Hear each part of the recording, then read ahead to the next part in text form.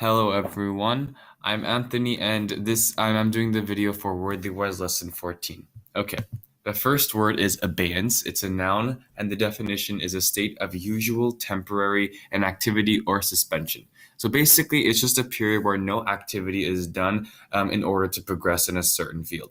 So the sentence I came up with is the class schedule was in a state of abeyance due to the constant assemblies.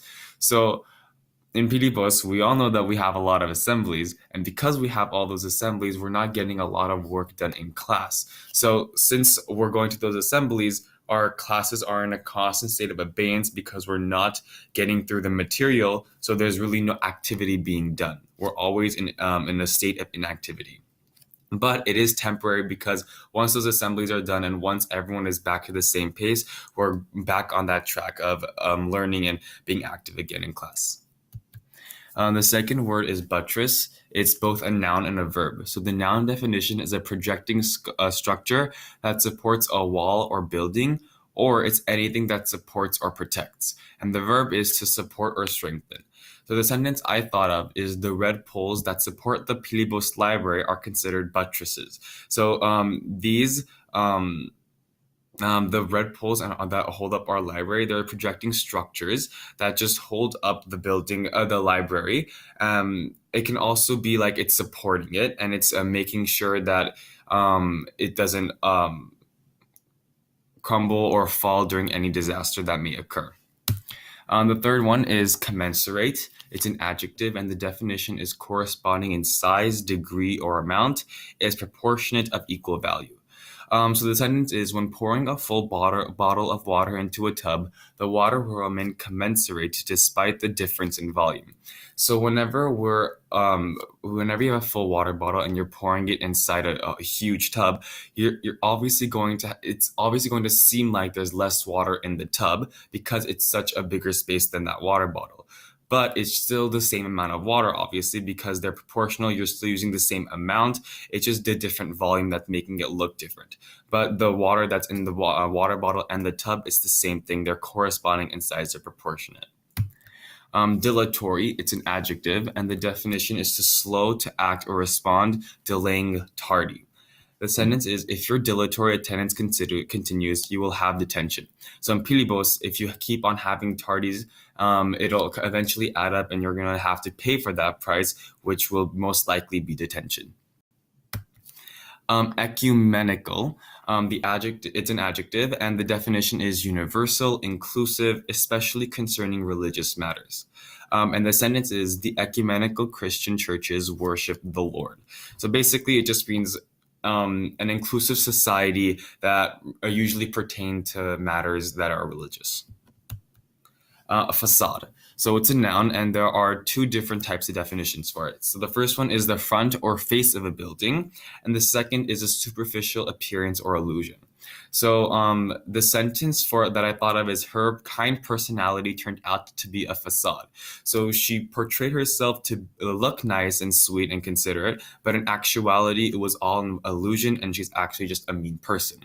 A way to remember the first definition is that facade, the beginning of it has FAC, which is the first three letters of face. So it's the face or the front of a building. Gargoyle, it's a noun, and the definition is a grotesque stone figure used as a decorative feature on a building or as an ornament, a spout projecting. And the sentence is, when the architects were creatively restricted, they sculpted gargoyles facing the politicians.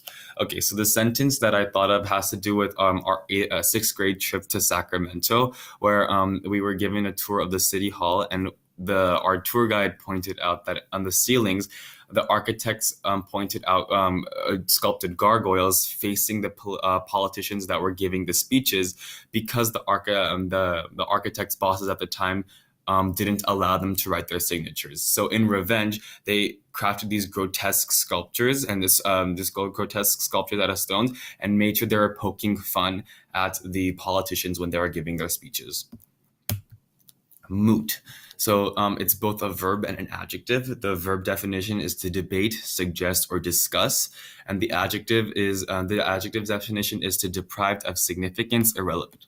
So the sentences I thought of, the first one has to do with the verb and the second the adjective.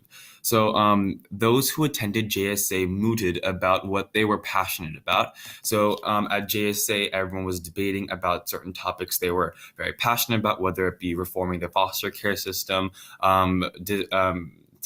removing the funding of Planned Parenthood, etc. The second sentence is the Democratic Party believes the Republican ideologies are moot and vice versa.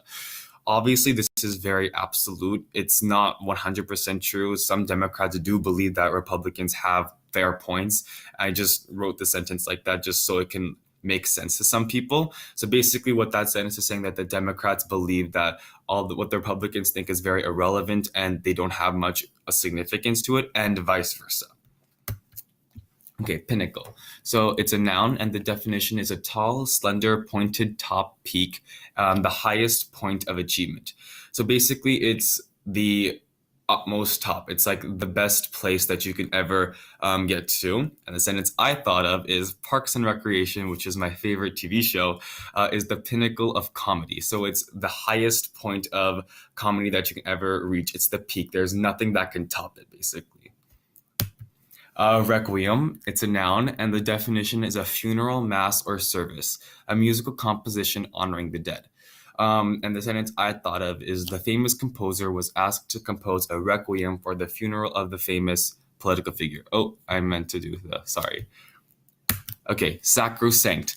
It's an adjective, and the definition I thought of is highly sacred or holy, not to be violated. So a way to remember this is that sacre, the first four letters of sacrosanct, are both the first four letters of sacred, so you can kind of remember it that way. The sentence is sex before marriage is considered sacrosanct in the Armenian community because we believe that, well, the Armenian community believes that it's not okay to have sex before you get married because, I don't know, it's sinful or something. Sensuous, it's an adjective, and the definition is coming from or acting on the senses, producing an agreeable effect on the senses. So basically, it's whenever you're just describing any of the five senses, which is taste, touch, smell, hearing, and sight. Tenet, it's a noun.